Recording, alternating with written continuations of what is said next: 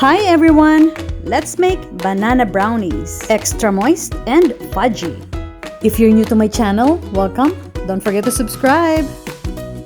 In a large bowl, beat 2 large eggs,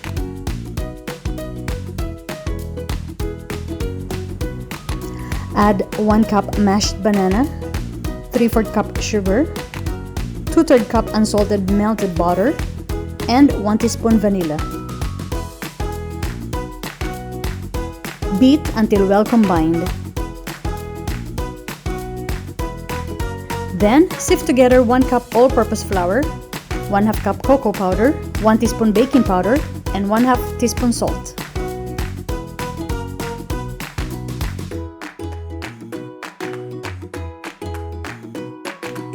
Mix well to combine.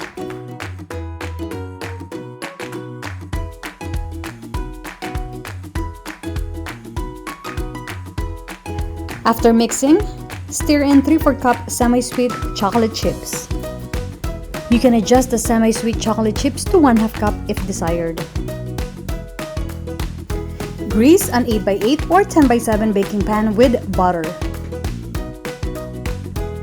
Then transfer the mixture into the prepared pan.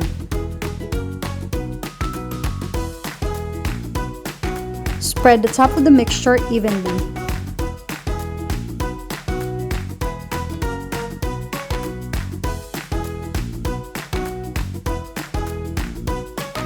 Bake in a preheated oven 350 F 176C for 40 to 45 minutes.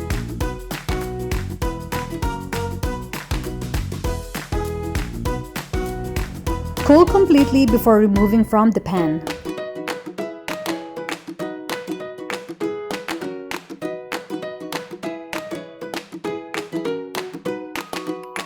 Now it's ready! This is another delicious dessert you can make using leftover or overripe bananas.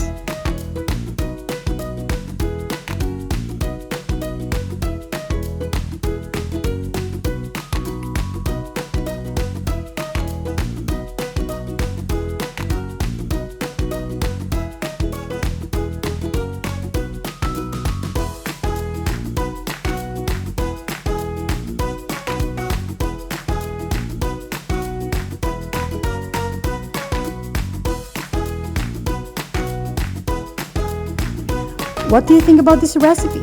Let me know in the comments. Thanks for watching! More recipes at PinoyCookingRecipes.com.